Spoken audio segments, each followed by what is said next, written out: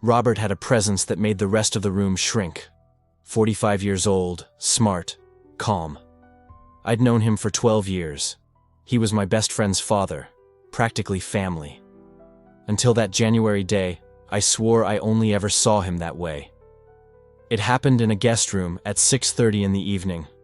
I had just come out of the shower, a towel around my waist, when I heard the door open.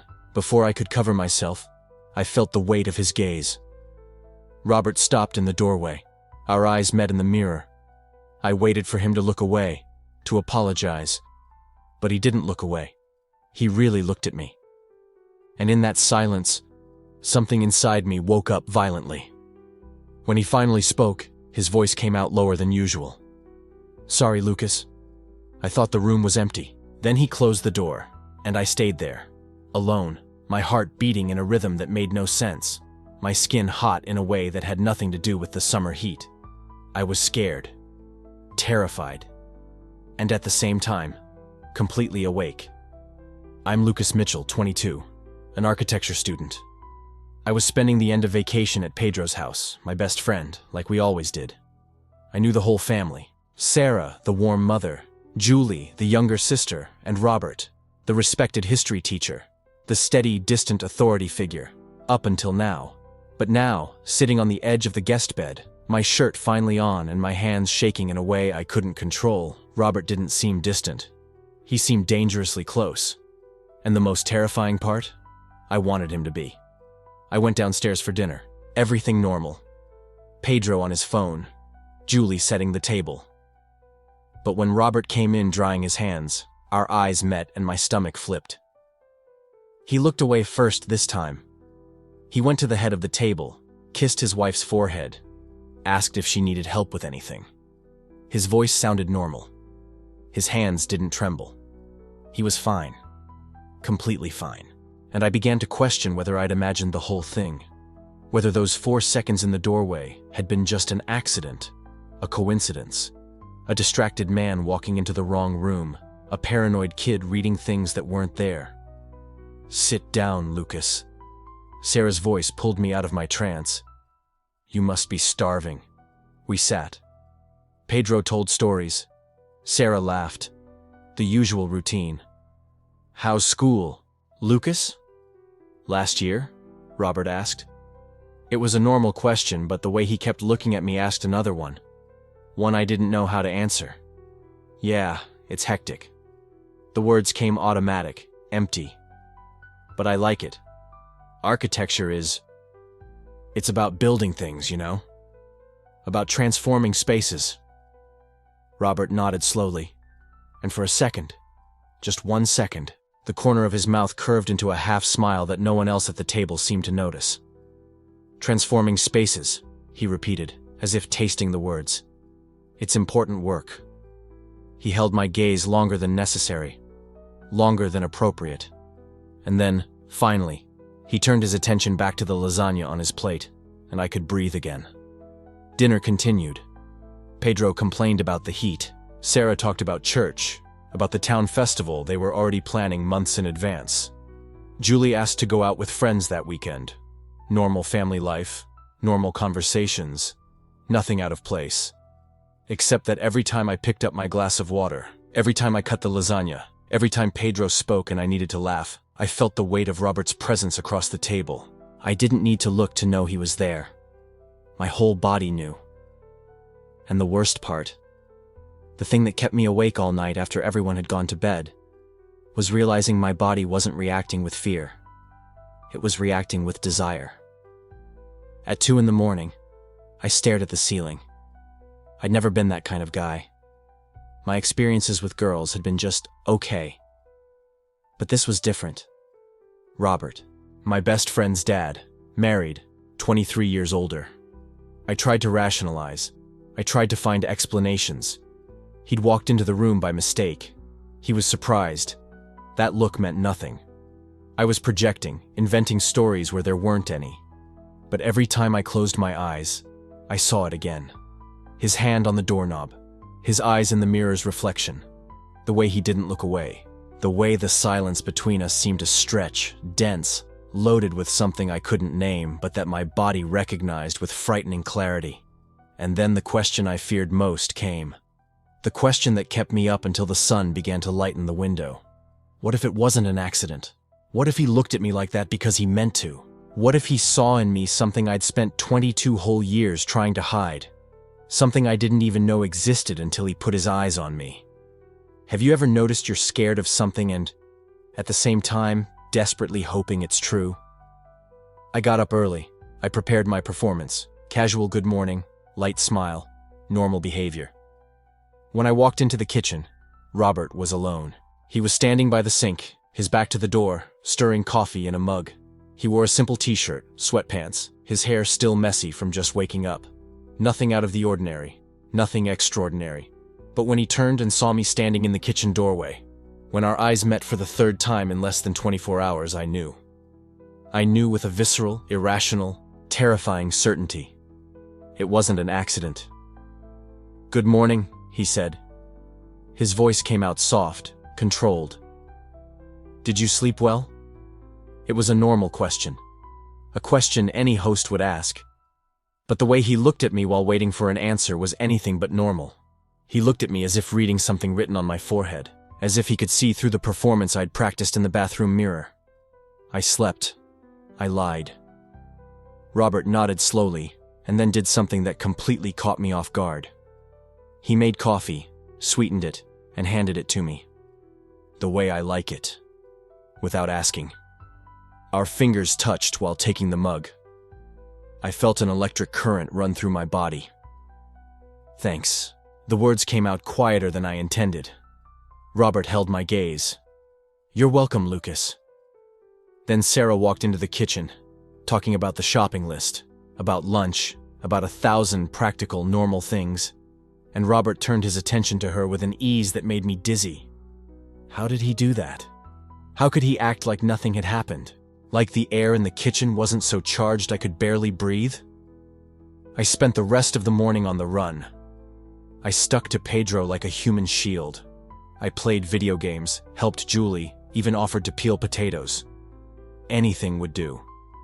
Anything to avoid that look. But I knew it was only a matter of time. You can't run from someone you live with. But in the afternoon, when the sun was at its peak and the heat became unbearable, when Pedro decided to take a nap and Julie went out with her friends and Sarah went to visit her sister, I found myself alone by the backyard pool. And that's when he appeared. Robert came out through the living room's glass door, carrying a book and a glass of juice. He wore swim trunks, a faded t-shirt, sunglasses. He didn't look my way right away. He sat in one of the lounge chairs, opened the book, pretended to read. But I knew. I knew he was there because of me. I knew his choice to go out to the pool area at that exact moment when we were alone was no coincidence. I floated in the water, trying to look relaxed, trying not to stare. But every cell in my body was hyper-aware of his presence. Every move he made, every time he turned a page, every time he took a sip from the glass. It was as if my brain had developed a special radar just for him. "Is the water good?" he asked without taking his eyes off the book. "Great." He took off his sunglasses and looked at me. "I'm glad you came. The house feels more alive with you here." It wasn't an explicit declaration, but his voice dropped a half step. He held my gaze for a few seconds longer than necessary. I submerged up to my chin, using the pool as a shield, as an excuse to hide the flush I felt rising up my neck. When I surfaced again, Robert had gone back to reading, or at least pretending to read. Because I could see, even from a distance, even through the sun's glare on the water, that his eyes weren't moving across the page. We stayed like that for another half hour. He pretending to read, I pretending to swim. Both of us pretending that something monumental wasn't happening in the silence between us. When I finally got out of the pool, when I passed his lounge chair to grab a towel, he spoke again, quieter this time, almost a whisper. "Be careful not to burn. The sun's strong today." I stopped, looked at him, and in that moment, wet, vulnerable, towel in hand and my heart beating at a rhythm I couldn't control, I was absolutely certain. This wasn't about the sun. It wasn't about sunburn. It was a warning. Or maybe a promise. I'll be careful. The words came out in a threat of a voice. Robert nodded, put his sunglasses back on, returned his eyes to the book he clearly wasn't reading.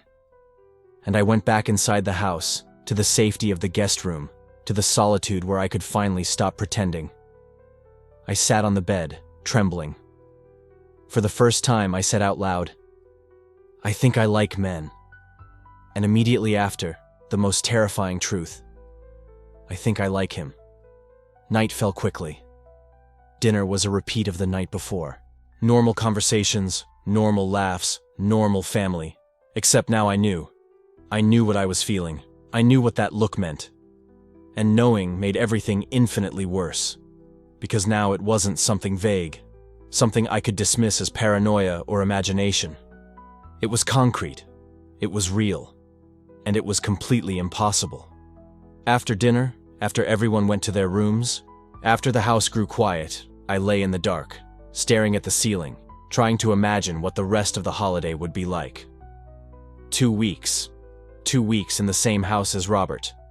2 weeks pretending. 2 weeks dying of fear that someone would notice.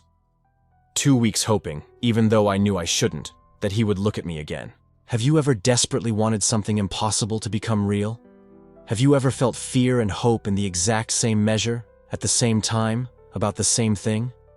Because I couldn't stop thinking about the way he looked at me at that bedroom door. I couldn't stop replaying those 4 seconds that split my whole life into before and after. I couldn't stop wondering what would have happened if he had stayed longer, if he had come in instead of closing the door, if he had said something, anything beyond that automatic excuse we both knew was a lie. And the scariest truth of all? I didn't know whether I was afraid he'd do something, or if I was afraid he wouldn't. Have you ever tried to pretend everything's normal when every cell in your body is screaming? When you're sitting at the dinner table, passing the salad, laughing at your best friend's jokes, but inside you're falling apart because the person 3 chairs to your left looked at you in a way that turned your stomach inside out. I woke up the next day with sunlight pouring through the guest room window. For a second, everything was normal. For a second, I was just the usual Lucas, spending the holidays at my best friend's house. But then I remembered. I remembered the door opening. I remembered being there, vulnerable, exposed. I remembered his eyes. The way Robert didn't look away, the way I couldn't breathe properly for a full 4 seconds. And I remembered that I'd have to go down those stairs, sit at that table, and pretend nothing had happened. Pedro knocked on the door at 9 a.m., all excited. He had plans to go downtown, wander around, kill some time. I said yes, of course, because that's what I did. I agreed. I adapted. I did what was expected. But while I was getting dressed, while I checked my reflection in the mirror, all I could think was, he'll be downstairs, in the kitchen, drinking coffee. And I'll have to look at him and act like I didn't spend the whole night replaying that moment in my head like a movie stuck on infinite repeat. I walked down the stairs slowly. Every step felt like an eternity. You could hear voices coming from the kitchen. Pedro's mom, Sarah, laughing at something. Pedro talking loudly, the way he always did, full of energy so early in the morning. And another voice, deeper, calmer. Robert's. When I walked into the kitchen, it was like the whole world slowed down. Sarah was at the sink washing dishes. Pedro was fiddling with his phone leaning against the counter. And Robert was sitting at the table with a cup of coffee in his hand reading the paper. Hair still a little messy, light blue shirt, sleeves rolled up to his elbows. And when I came in, when my feet hit that cold ceramic floor, he looked up. It was quick. Half a second maybe. But I felt it. I felt the way his gaze found me, held me, and then went back to the paper as if nothing had happened. As if that half second hadn't just ripped all the air out of my lungs. "Good morning," I said. My voice came out strange, kind of hoarse, kind of forced. Pedro didn't even notice, just nodded and kept scrolling. Sarah turned and gave me that warm smile she always did. "Good morning, Lucas. Sleep well? Coffee's ready. Help yourself." I lied. I said yes, that I had slept great. I grabbed a cup, poured myself some, and sat as far away from Robert as possible. But far wasn't far enough. Not in a kitchen that size. Not when every little thing he did, Every turn of the newspaper page, every sip of coffee he took sounded like it echoed inside me. Pedro started talking about the day's plans. He wanted to hit a game store, maybe go to the mall afterward, see if there were any good movies.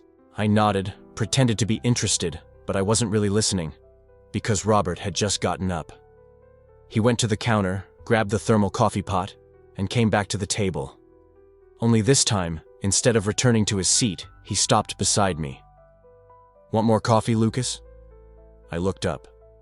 He was there, less than 2 feet away, holding the coffee pot, looking at me with those calm brown eyes that seemed to see too much. And for a second, I couldn't speak. Couldn't do anything but stare at him and feel my heart pounding so loud I was sure everyone in the kitchen could hear it. Okay, thanks." He filled my cup. Slowly, no rush. And when he finished, when he set the pot back on the counter and went back to his seat, I noticed something. He had poured my coffee the way I liked it. Not too full, not too little. Exactly the right amount. How did he know?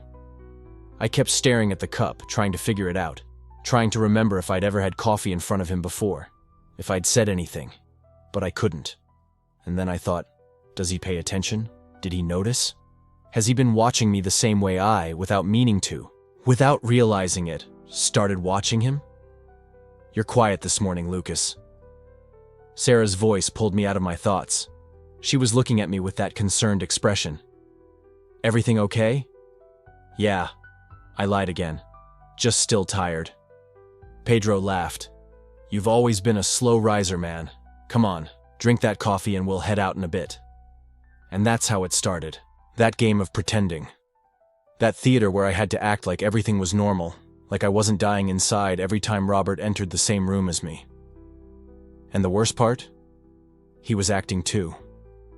I knew. I could see it. The way he avoided speaking to me directly, but always somehow knew exactly where I was. The way he faked normalcy, but his eyes always found me when no one else was looking. We escaped to downtown, but my mind stayed in that kitchen. While Pedro talked about movies and girls, I smiled and agreed. A perfect automaton. 2 weeks, Lucas," he said. But every time he laughed, I felt a pang of guilt.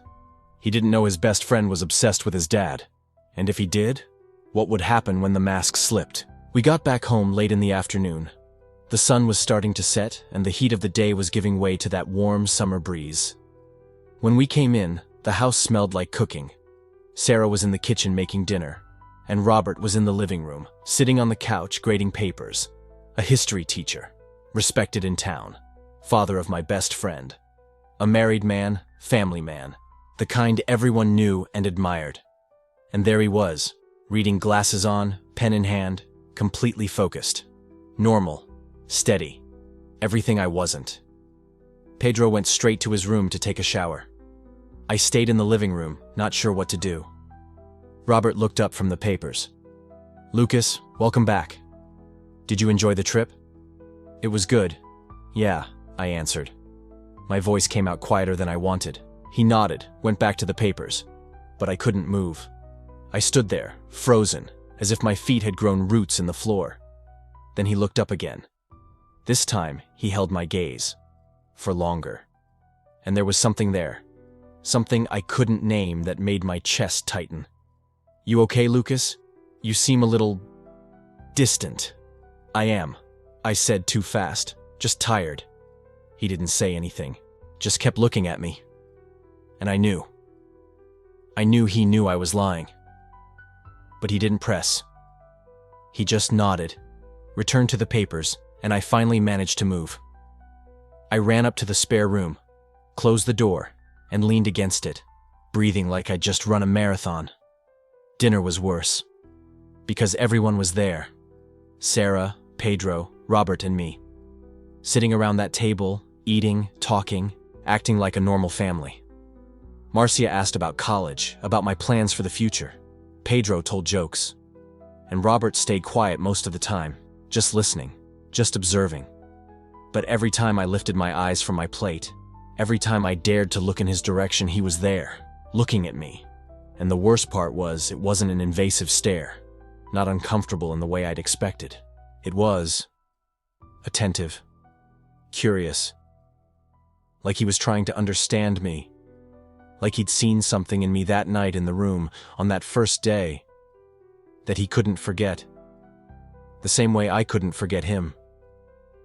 "Robert's been a bit distant lately," Sarah said suddenly, almost as if talking to herself.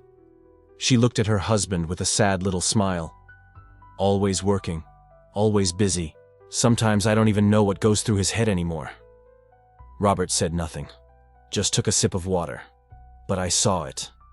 I saw the way his hand squeezed the glass a bit harder. I saw the way his jaw tightened for half a second. And I felt a wave of something I couldn't name. Guilt? Fear? Or maybe, and that was the most terrifying thought, a tiny spark of hope? After dinner, Pedro went to his room to play video games. Sarah went to watch a soap opera in the living room, and I offered to help with the dishes. I don't know why. Maybe because I needed something to do with my hands. Maybe because I needed to feel useful. Or maybe, and I didn't want to admit it, because I knew Robert always lingered in the kitchen after dinner, reading or fiddling with his laptop. I was at the sink, washing a plate, when I heard footsteps behind me. I didn't have to turn around to know who it was. You could feel it. You could feel his presence, his energy, his weight in the air. "You don't have to do that," he said. Low voice. Too close. "It's fine," I answered without turning. "I don't mind." Silence. I kept washing the plate, but my hands were shaking. Then he came closer. Not much. Just close enough to grab a dish towel from the counter next to me. But when he did that, when he reached out, his shoulder brushed mine. For half a second that felt like a lifetime. He didn't pull away right away. He stayed there, too close. So close I could feel his body heat, the scent of soap and something else. Something that was just his. And when he finally stepped back, when he returned to the table with the dish towel in his hand, I had to hold on to the sink because my legs were too weak to support me. "Thanks for helping," he said. This time his voice came from across the room. He was already seated at the table, opening his laptop, acting like nothing had happened. But something had. Something had happened. And we both knew it. I finished the dishes in silence, dried my hands, said goodnight to Sarah in the living room, went up the stairs, entered the spare room, closed the door, and stood there, in the dark, leaning against the door, trying to understand what was happening to me. Because the truth I was terrified to admit, was that I was looking for him. Looking for the glances, the accidental closeness, for the small gestures that seemed to say, "I see you, I notice you, you're not invisible to me." And that terrified me, because it meant I wanted it, wanted his attention, wanted him to look at me the way he had in that room, wanted to know what was going through his head, wanted to know if he felt the same thing I did, if his heart raced too when we got too close, if he lay awake at night thinking about me the same way I couldn't stop thinking about him. Have you ever wanted something you know you can't have? Have you ever felt that desperate need just to understand, just to know, just to be sure you're not the only one going crazy? Because I was going crazy. Crazy from his closeness, crazy from the heavy silences, crazy from the way every interaction, every glance, every second in the same space as him seemed to confirm something I didn't have the courage to name. And the scariest part? I didn't know if I wanted it to stop, or if I wanted it to keep going, if I wanted him to keep his distance, or if I desperately wanted him to do something, anything, to say something that would prove I wasn't imagining all of it. Because every time our eyes met across that dining table, every time he appeared out of nowhere to refill my coffee cup, every time he asked if I was okay with that low, careful voice, I knew. I knew it was getting harder and harder to pretend, more and more impossible to go back, and I had no idea what was going to happen. But I knew, with a certainty that left me terrified and strangely alive at the same time, that something was going to happen, that look at the bedroom door hadn't been the end. It had only been the beginning. And I was standing at the edge of a cliff, looking down. The fall terrified me, but the urge to jump? That was the part that really kept me awake. Of course I couldn't. How could anyone sleep after spending the whole day feeling the weight of a look that shouldn't exist, but did? After understanding, with a clarity that hurt my chest, that thing I'd spent my whole life trying not to look at directly was finally looking back at me, I lay there, in the guest room, staring at the ceiling. The fan turned slowly, making that rhythmic noise that normally calmed me. But that night only served to mark every second I spent awake, thinking. Thinking about him. Thinking about his voice when he asked if I wanted more coffee. Thinking about the way he held the cup a little longer than necessary when he handed it to me. Thinking about how, when our fingers brushed for a second, I felt it run up my whole arm like an electric current. God, I was lost, so completely lost. At 2 in the morning, I gave up trying to sleep and went downstairs for water. The kitchen was dim, and he was there. Robert, standing in front of the window, looking out at the dark garden.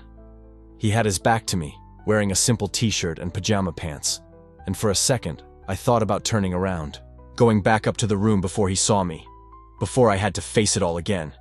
But then he turned his head, saw me standing there in the kitchen doorway, and said, with that low, careful voice that seemed to fill the whole space around us, "Lucas, can't sleep either?"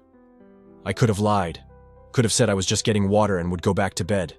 But something in the way he asked, something in the way he looked at me, made me simply answer honestly, "No, I can't." He nodded slowly, as if he already knew, as if he too was awake because of the same thing that kept me awake. And maybe he was. Maybe that was exactly it. "Want some tea?" he offered, already moving toward the cupboards. I was going to make myself some. Chamomile. Helps you relax. I should have said no. Should have grabbed my water and left. But instead, I heard my own voice say, "Okay, thanks." And that was how I ended up sitting at the kitchen table at 2 a.m., watching Robert Mendonça make tea for the two of us, watching the way he moved through the space, with that calm familiarity of someone who knows every drawer, every shelf, the way he grabbed 2 mugs from the cupboard, filled the kettle, placed the tea bags inside carefully. Simple gestures. Every day. But I couldn't stop watching. He brought the mugs to the table, set one in front of me, and sat in the chair beside me. Not across. Beside. Close enough that I could feel his warmth. Close enough that if I stretched out my hand, I could touch. But I didn't touch. I just held the hot mug between my palms and pretended to focus on the steam rising. For a while, neither of us said anything. We just sat there, in that silence that was at once comfortable and utterly unbearable. I could hear the clock on the living room wall marking the seconds. I could hear his breathing, calm, controlled. I could hear my own heart beating so loud I was sure he could hear it too. It was Robert who broke the silence. "Are you okay, Lucas?" The question was simple, direct. But the way he asked it, the way he looked at me when he said my name, carried so much weight that I could hardly breathe. Because he wasn't asking if I was okay, like, "Did you catch a cold?" Or, "Did you fight with someone?" He was asking if I was truly okay. If I was okay with myself. With everything that was happening between us. With everything we still hadn't said out loud. I should have looked away. Should have given a vague answer and changed the subject. But instead, I looked back at him and told the truth. "I don't know." He nodded again, as if that answer made perfect sense. "I don't know if I'm okay either," he confessed, and his voice came out lower, more vulnerable than I'd ever heard before. "It's been a long time since I knew if I was okay." That shattered me a little, because suddenly, I wasn't looking at Robert Mendonça, the respected professor, the father of my best friend, the man who always seemed to have all the answers. I was looking at a man who was as lost as I was. So confused, so scared. "Why?" I asked, even though I knew maybe I shouldn't. Even knowing the answer could change everything between us in a way I couldn't undo. Robert ran his hand through his hair, a gesture I had seen him do 1,000 times, but which now seemed loaded with a deep exhaustion. "I've spent my whole life trying to be what others wanted, Lucas," he said. The good son, the respected professor, the family man. But inside, I feel like a stranger in my own skin. Like who I really am has been trapped somewhere for decades, screaming for air. God. It was so close to what I felt that for a moment I couldn't speak. I could only look at him, this 45-year-old man who should have had his whole life figured out, and see a reflection of myself. See the same fear, the same shame, the same suffocating loneliness. Have you ever wondered, he continued, his voice even lower now, almost a whisper, if one day you'll be able to be who you really are, or if you'll spend your whole life pretending? That question hit me like a punch to the stomach. Because yes, I had asked myself that. 1,000 times. Every time I saw an attractive guy on the street and looked away so quickly it hurt. Every time my mother asked if I was dating anyone and I made up some excuse. Every time I looked in the mirror and asked who that person staring back was. I'm scared, I admitted, my voice trembling, cracking. I'm scared of finding out who I really am, and that changing everything in my life.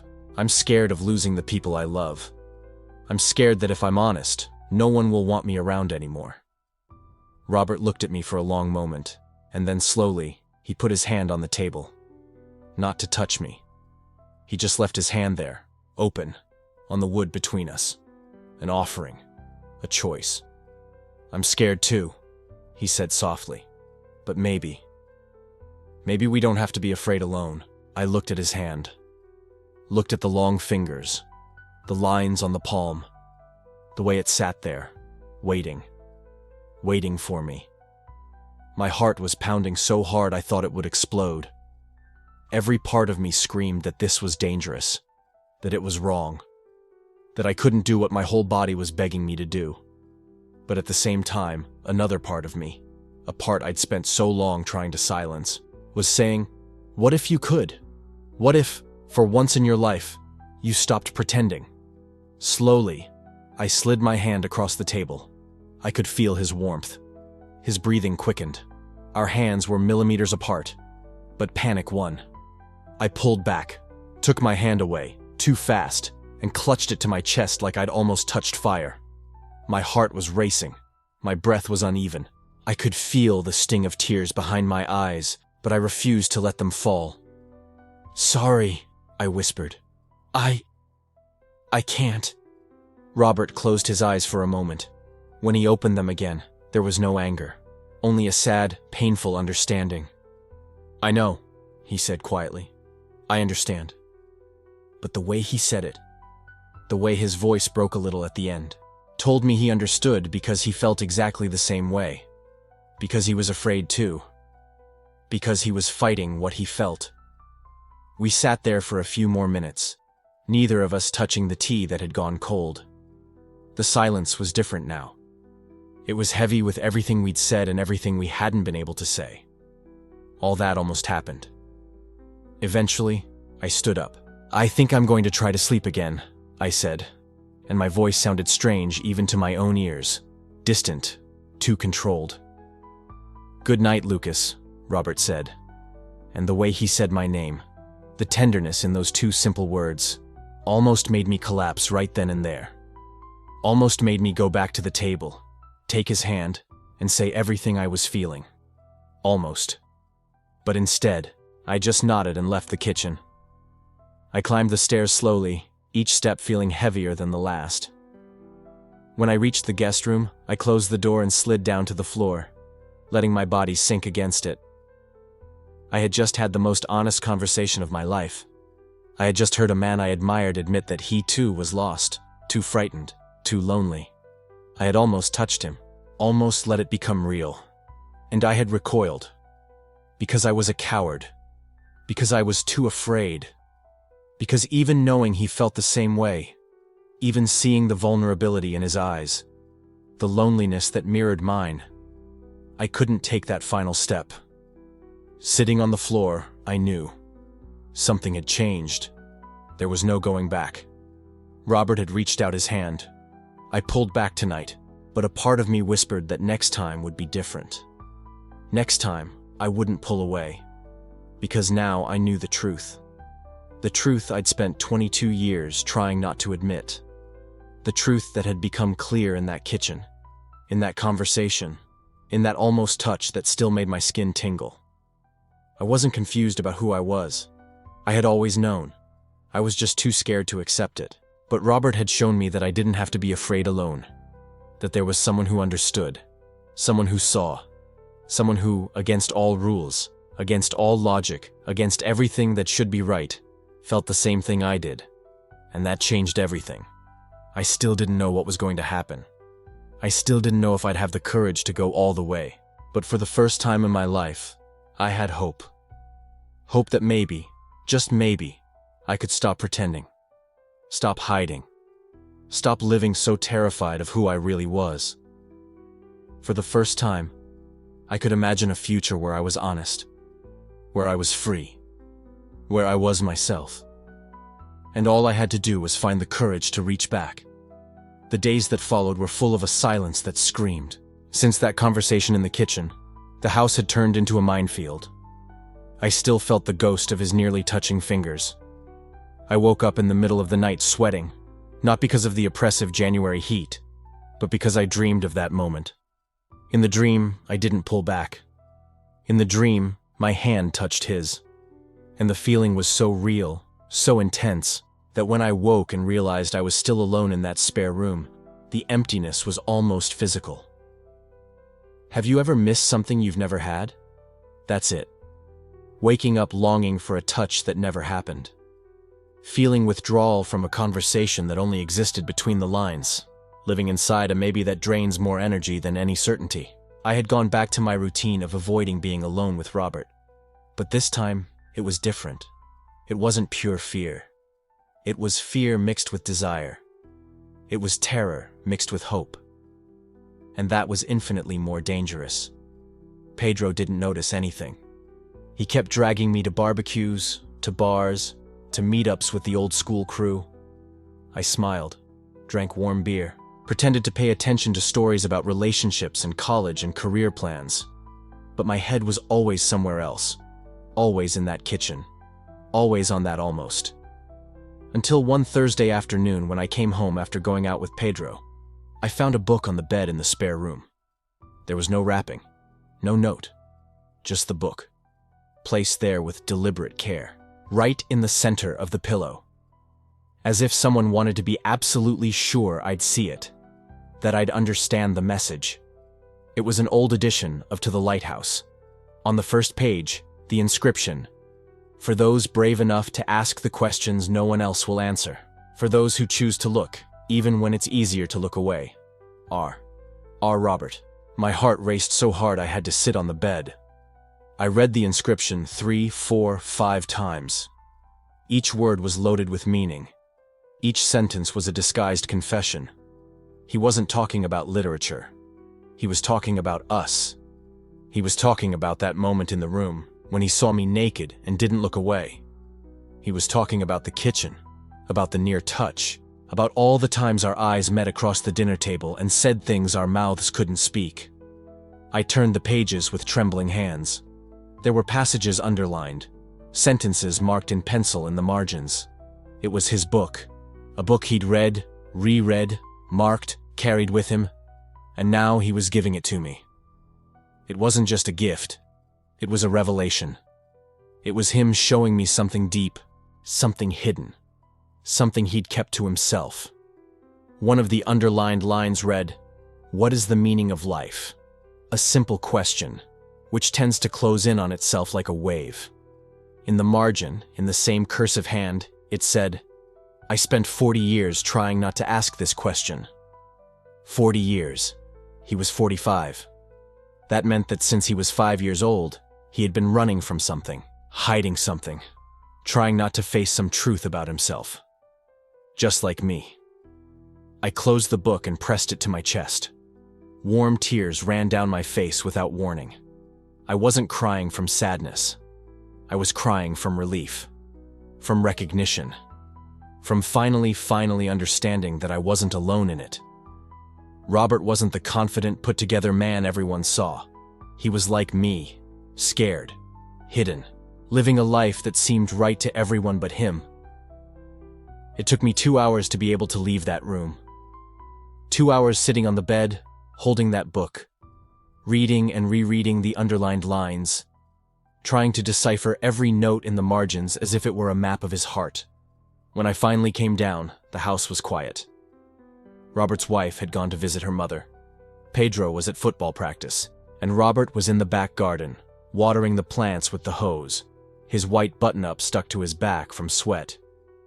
He saw me standing in the kitchen doorway, the book still in my hand.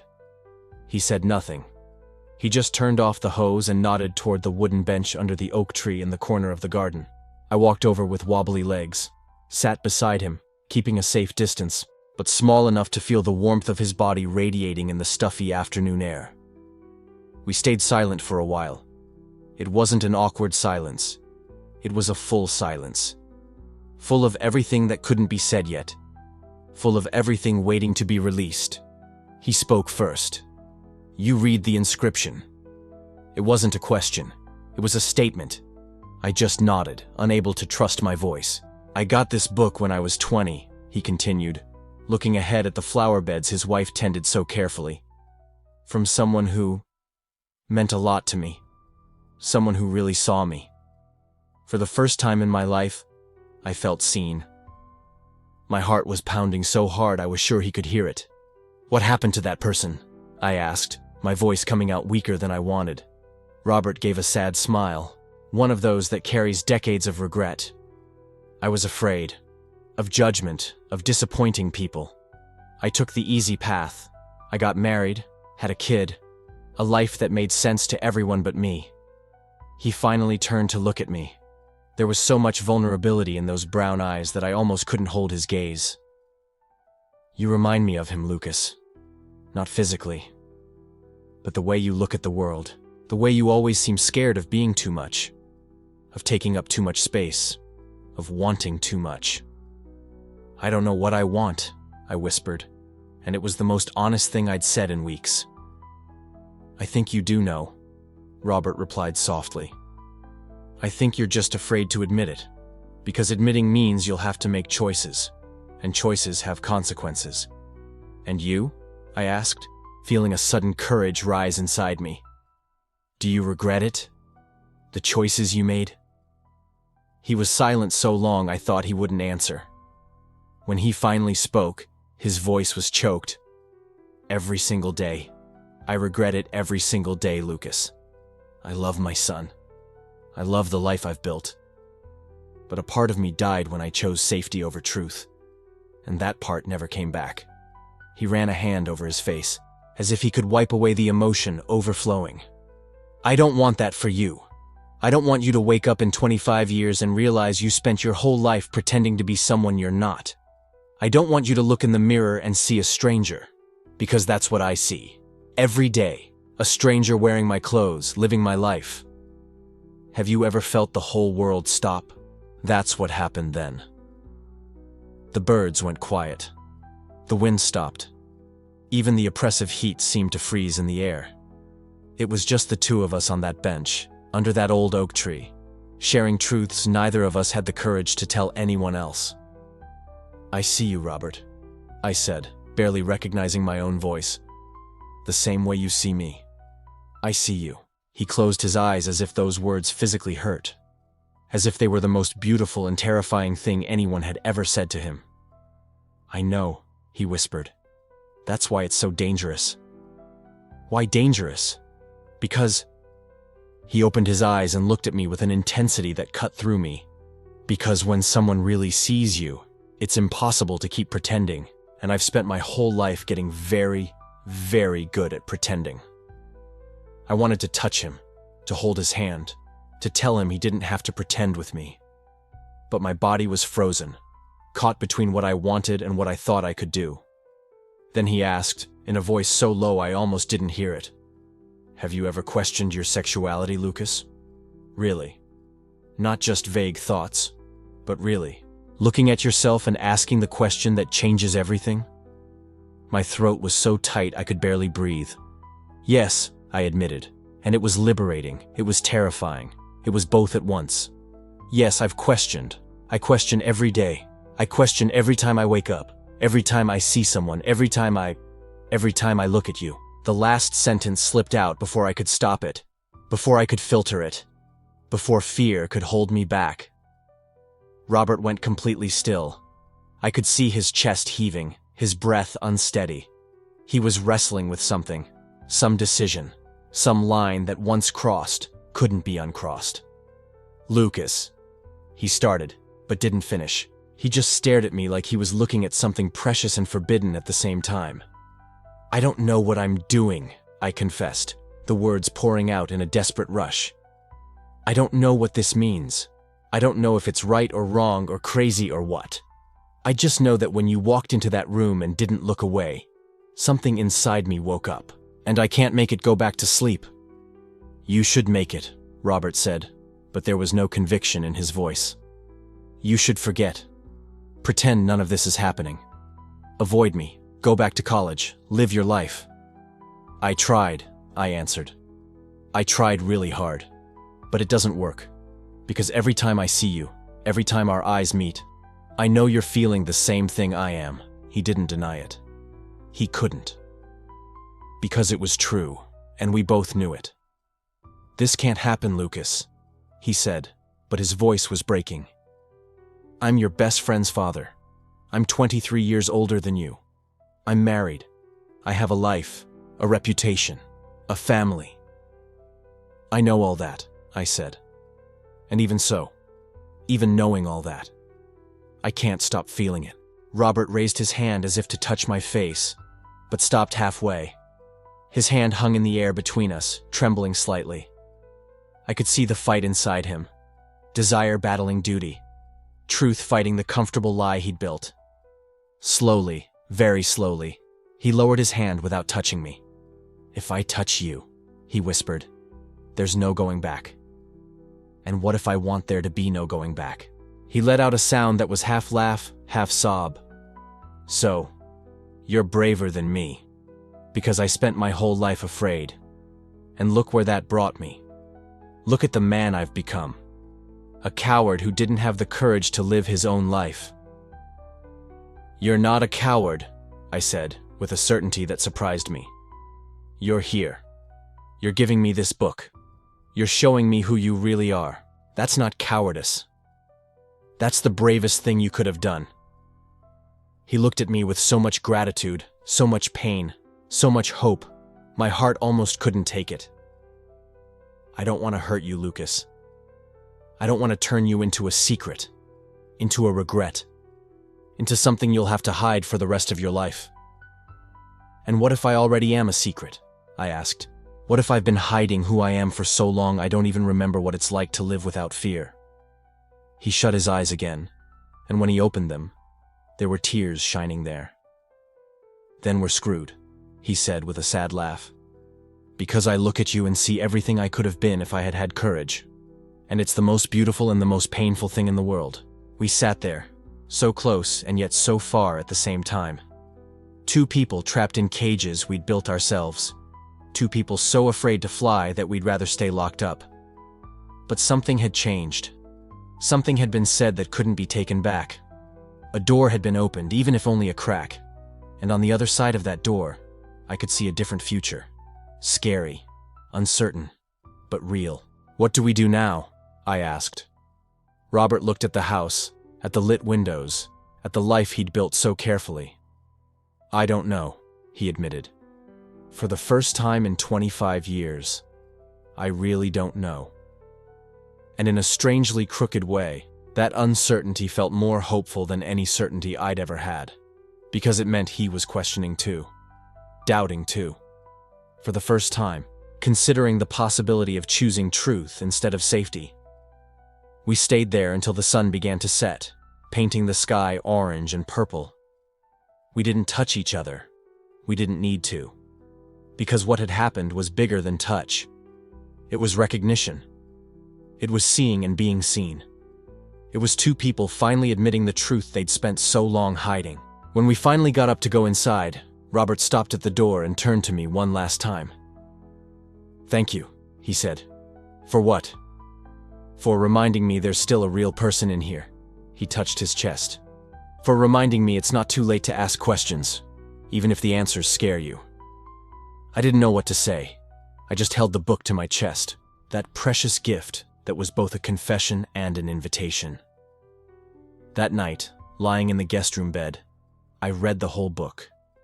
Every page, every note, every underlined sentence that revealed a little more of the man Robert Mendonça hid from the world. And at the end of the book, on the last page, I found one more note. Recent. The ink was still dark, not faded like the others. It read simply, "For Lucas. For the courage I never had. R." I cried. I cried from fear, from hope, from terror, from relief. I cried for him. I cried for me. I cried for everything that could happen and everything that might never happen. But for the first time, I wasn't crying alone. Because now I knew. Robert was crying too. In his room, beside the wife he loved but didn't desire, thinking of me the way I thought of him. We were screwed. Completely, irreparably screwed. And even knowing that, even knowing all the risks, all the consequences, all the potential for pain and destruction, I wanted more. For the first time in my life, I wanted more than safety, more than acceptance, more than pretending to be someone I wasn't. I wanted the truth, even if it hurt, even if it cost everything. And now that I'd tasted it, now that I'd seen my own reflection in the eyes of someone who understood, there was no going back. The inscription in the book wouldn't leave my head. For those brave enough to ask the questions no one else will answer. He wasn't just seeing me, he was showing himself. And that understanding changed everything.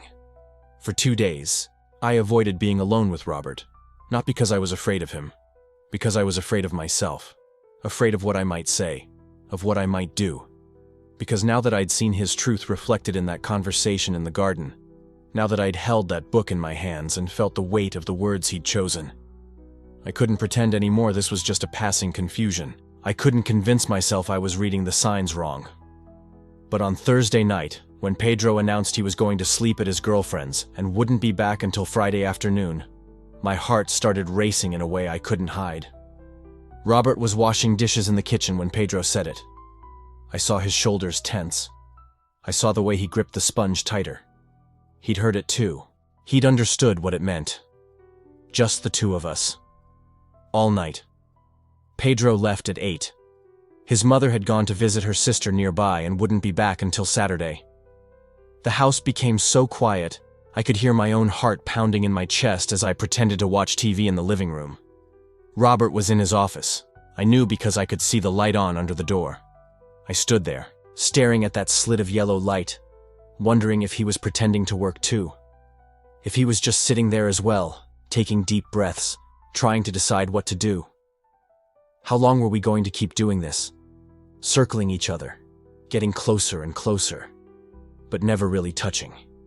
Never saying out loud what was already screaming in every look, every silence, every shared breath. I wanted the truth. Even if it hurt. Even if it cost everything.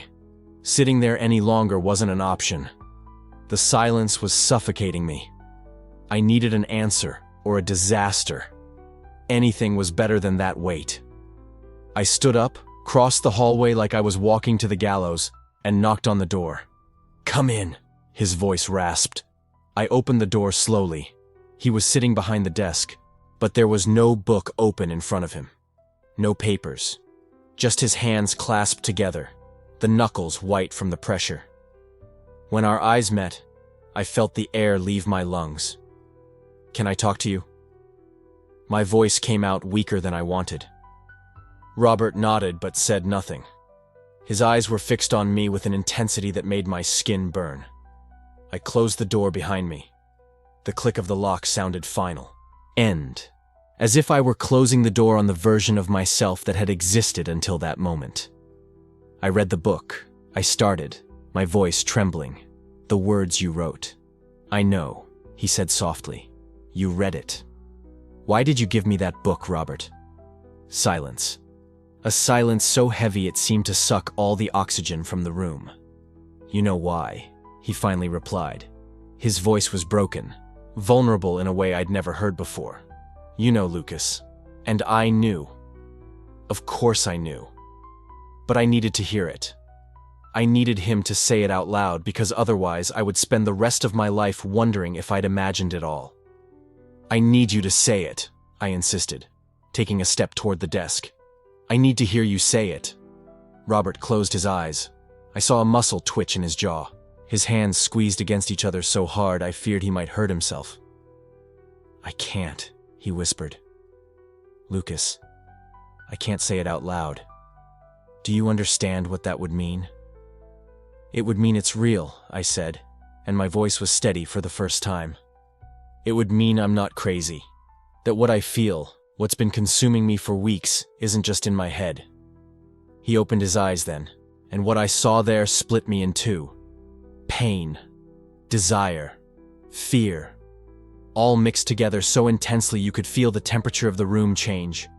Do you think it doesn't consume me too? He stood up abruptly, the chair scraping the floor. Do you think I sleep at night? That I can think of anything else besides you in this room, alone? So close, and so impossible. My heart was pounding so hard I could barely breathe. Then why do we keep pretending? My voice came out hoarse. Why don't we stop lying? Because I'm your best friend's father, Lucas. Because I'm 45 and you're 22. Because this is wrong in every possible way and I should be strong enough to keep my distance, but... He stopped. He ran his hands through his hair, undoing the careful styling. When he looked at me again, there were tears in his eyes. But I can't, he whispered. God forgive me. I tried, but I can't stop thinking about you. Wanting things I have no right to want. What do you want? I asked, taking another step toward him. Tell me. What do you want, Robert? You, he said, and the word came out like a confession ripped from him. I want you in a way that's destroying me inside. I look at you and see everything I never had the courage to admit about myself. You make me feel alive and terrified at the same time, and I know it's wrong. I know I should send you away right now, but... He stopped talking because I had closed the space between us. I was so close now I could feel the heat of his body, see the small lines around his eyes, the rise and fall of his chest as he breathed. Don't send me away, I whispered. Please, don't send me away. Lucas. My name came out like a prayer, like a warning, like a cry for help. My whole life, I began, my voice trembling but steady. My whole life I pretended. I pretended to be what everyone expected. I pretended to feel the right things for the right people. And then you looked at me in that room, and for the first time, someone really saw me. Not the version I show the world. You saw who I really am. A tear ran down Robert's face. He didn't wipe it away. I see you too, Lucas, he said gently. I see you fighting to be who you think you should be when it's so obvious, so painfully obvious, who you really are. And it's beautiful. You're so beautiful being authentic it hurts to look. No one had ever spoken to me like that. No one had ever seen me like that. I raised my hand slowly, giving him time to pull back, to say no, to be sensible. He didn't pull back. I touched his face with the tips of my fingers. I felt the roughness of his stubble, the warmth of his skin. I saw his eyes close at the contact, as if that simple touch were too much to bear. Robert, I whispered. Look at me. He opened his eyes. He was so close I could see the warm brown of his iris. I saw my own reflection looking back. I don't want to pretend anymore, I said. With you, I don't want to pretend. And then he kissed me. Or I kissed him. I don't know who closed the space first.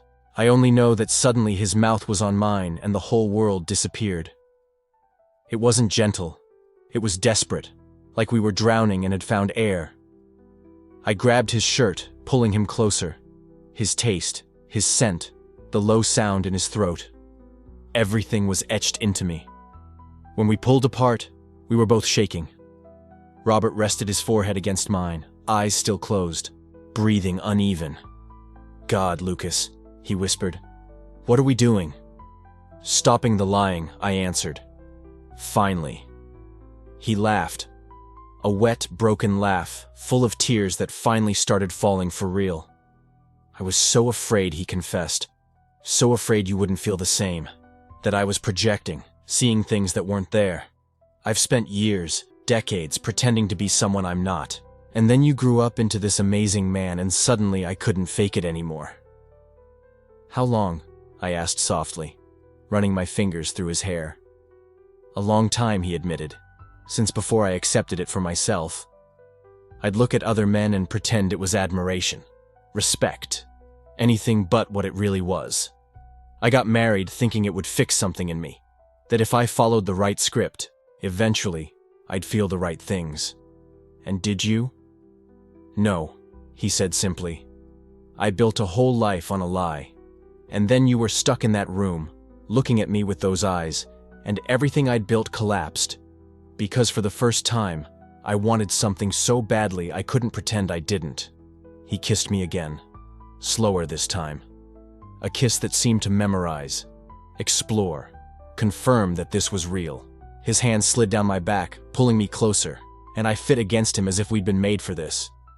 I felt his heart pounding against my chest. Fast, scared, alive. I see you, I whispered against his mouth. You see me. And this is real. No matter how messy it gets, this is real. He made a sound that was half laugh, half sob. He ran his fingers over my face as if trying to memorize every detail. You're so young, he said. You've got your whole life ahead of you. You deserve someone who can give you everything, not... Don't finish that sentence, I cut him off. Don't tell me what I deserve. You don't know what it's like to spend your whole life feeling like there's something wrong with you. Like you'll never fit. And then someone looks at you and for the first time, you feel whole. We were so lost in each other, we didn't hear the footsteps on the stairs. We didn't hear the front door open. We only heard when Pedro's voice shouted from the hallway, Dad? Lucas? Is anyone home?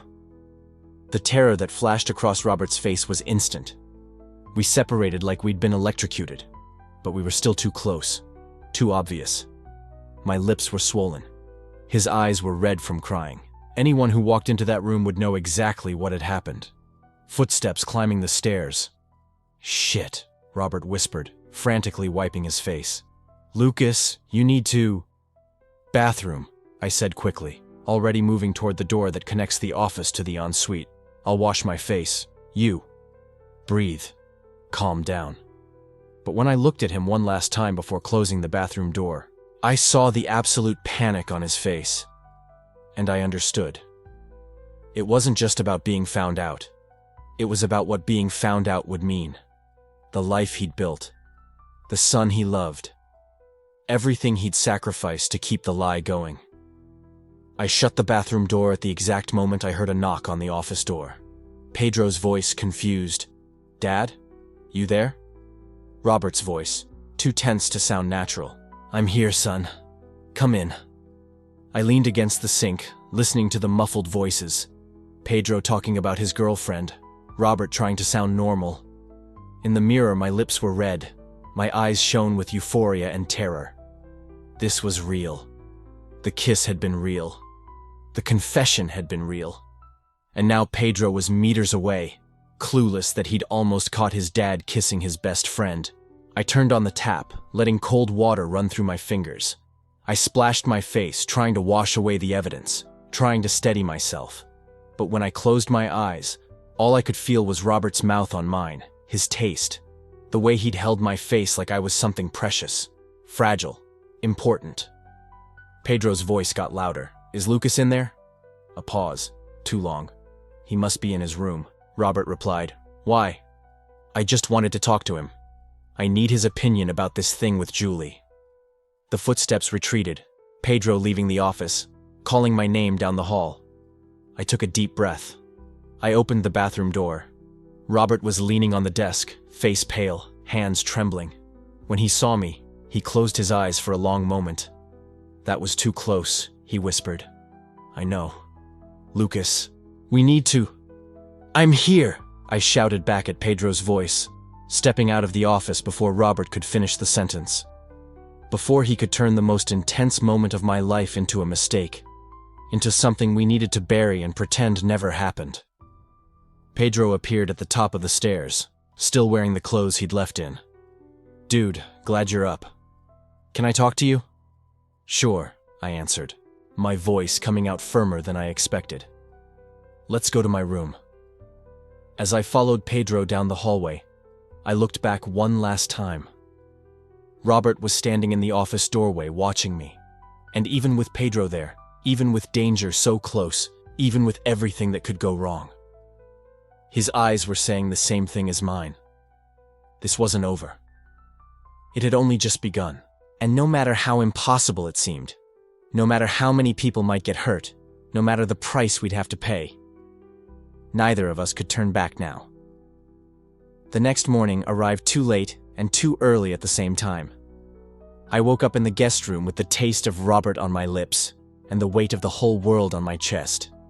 Sunlight streamed through the window, indifferent to everything that had changed the night before. Indifferent to the fact that I had kissed my best friend's father.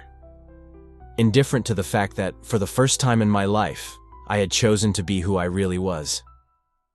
And now, I had to figure out what to do with that choice. I walked down the stairs slowly, each step a reminder that I couldn't pretend anymore. Not to myself. Not after last night. Not after feeling Robert's hands trembling when they touched my face. Not after hearing his voice break when he whispered my name like it was both a prayer and a confession. Robert was in the kitchen, with his back to the door, making coffee. Even from across the room, you could see the tension in his shoulders, the way his hands moved with exaggerated precision, as if focusing on simple tasks could make the rest of the world disappear. When he heard me come in, he froze. For a whole second, neither of us moved. Then he turned slowly, and what I saw on his face broke something inside me. It wasn't regret. It was worse. It was fear. Fear of what we'd done. Fear of what it meant. Fear of what would come next. "Lucas." His voice was hoarse, worn out. We need to talk." "I know." I leaned against the door because my legs didn't trust themselves anymore.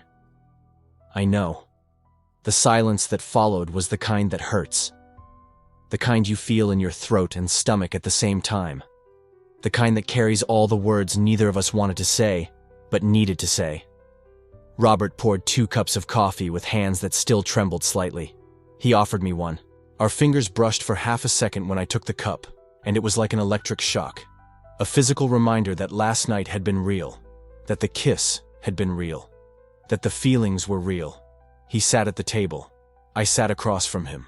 The same table where we'd eaten dinner dozens of times over the years. The same table where Pedro had made terrible jokes and where Robert's wife had served dessert. Everything felt different now. Everything felt impossible. Robert took a deep breath, and when he spoke, his voice carried the weight of years of unspoken truths. "What happened last night? Lucas, I can't pretend it meant nothing. Because it meant something. It meant everything." He looked at his coffee cup as if the answers were inside it. "But that doesn't change the reality of what this is. Of what we are. Of what we can't be." I knew those words were coming. I'd thought them over all night, lying alone in that room, listening to the house's silence. But hearing Robert say them out loud still hurt. It hurt like truth always hurts when you finally stop running from it. "You're married." My voice came out steadier than I expected. "Pedro is my best friend. We live in a town where everyone knows everyone, where people go to church on Sundays and judge those who don't. Where being this." I swallowed. "Where being what we are is a source of shame." Robert closed his eyes. When he opened them again, there were tears there, not many. Just enough to show me he was feeling it as much as I was. I built a whole life based on being what was expected of me. I was a good son, a good husband, a good father, a good teacher. I followed all the rules, met all the expectations. And there's a part of me. His voice broke. A part of me that died in the process, that I buried so deep I didn't even know it existed anymore. Until you. Until me. I repeated the words as if they were a sentence, a verdict, an explanation for everything that had happened. Robert leaned forward, and for the first time since I came down, our eyes truly met. And what I saw there was as devastating as it was beautiful. It was pure honesty, total vulnerability, the truth of a man who had spent 45 years hiding who he really was. When you came into my life. No. When you came into my life for real. Not as my son's friend, but as yourself. Lucas. It was like waking from a decades-long sleep. It was like remembering there's a part of me that feels, that desires, that wants things I never allowed myself to want. And what do you want, Robert? The question came out before I could think it through. Not what your wife wants, not what Pedro expects, not what the town will say. What do you want? He opened his mouth, closed it, opened it again. And when he finally spoke, his voice was so low I could barely hear it. I want you. I want to wake up next to you. I want to know every detail of your brilliant mind. I want to hear your architectural dreams and help you build them. I want to be honest for the first time in my life. I want to be who I really am. He wiped away a tear that had slipped free. But wanting doesn't change the consequences, Lucas. It doesn't change the fact that this would destroy my family. It doesn't change the fact that Pedro would hate me. It doesn't change the fact that an entire town would judge you for being involved with a man 20 years older, your best friend's father. Do you think I don't know that? My voice was breaking now. Do you think I didn't spend the whole night thinking about everything this will cost? About everything we'll lose? So why are we here? Why am I not saying it was a mistake and going back to my life as if nothing happened? Why aren't you packing your things and leaving? The question hung in the air between us, and I knew the answer. Always had. From that first moment in the room, when our eyes met and he didn't look away. From the first time my heart sped up just from being near him. From the moment I realized that this feeling, this impossible attraction, was the truest thing I had ever felt in my life. Because truth is stronger than lies, even when the lie feels safer. I looked straight at him. Because spending your whole life hiding who you are, that's not living. It's just surviving. And I don't want to just survive anymore, Robert. Not after feeling what it's like to be truly alive. Something changed in his face. A surrender. An acceptance. A transformation that happened right there, in front of my eyes. He reached his hand across the table. I looked at that hand. At the fingers that had touched my face so tenderly. At the wedding band he still wore. At all the symbols of a life that no longer fit him. And then I put my hand in his. It won't be easy. His voice was steady now, decisive. I need to talk to my wife. I need to be honest with her. She deserves that. Pedro will. He closed his eyes. Pedro will be devastated. He might never forgive me. The whole town will talk. They'll judge us. They'll say terrible things. I know. I squeezed his hand. And still. He opened his eyes. I can't pretend anymore. Not after what I felt yesterday. Not after finally knowing what it is to be truly seen. By someone who sees me not as what I should be, but as who I am. And what are you? Robert smiled. It wasn't a happy smile. It was a sad, tired, but honest smile. The smile of someone who was finally, after so long, telling the truth. I'm a man who spent 45 years running from himself, Lucas. Afraid of disappointing my family, of losing everyone's respect, of admitting what I always knew. I married because it was the expected script, and I built a whole life on those lies, thinking maybe one day they'd become true. His voice softened. But I fell in love with you. With your courage to be who you are, with the way you challenge me and see the world, with everything you represent and that I never had the courage to be. Tears ran down my face now. I didn't even try to hide them. I'm scared too, I admitted. I'm scared of losing Pedro, I'm scared of what my family will say. I'm scared of disappointing everyone. I'm scared I won't be strong enough to withstand the judgment. I took a deep breath. But I'm more afraid of going back to lying, of going back to hiding, of pretending I'm not gay, of pretending I don't feel what I feel for you. Because now that I know what it is to be truthful, I can't go back. We stayed there, hands clasped over the coffee table. Two men at completely different stages of life, united by a truth bigger than all the obstacles. Robert stood up. He came around to my side of the table. He knelt in front of me, holding my face with both hands, wiping my tears with his thumbs. I don't know how this will work. I don't know if we'll be able to stay together. I don't know if it will work out. There are so many things against us.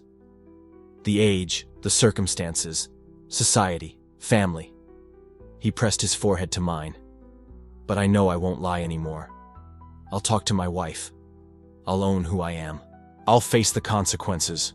And if after all that, after the divorce and the pain and the judgment, you still want to be with me, I'll be here.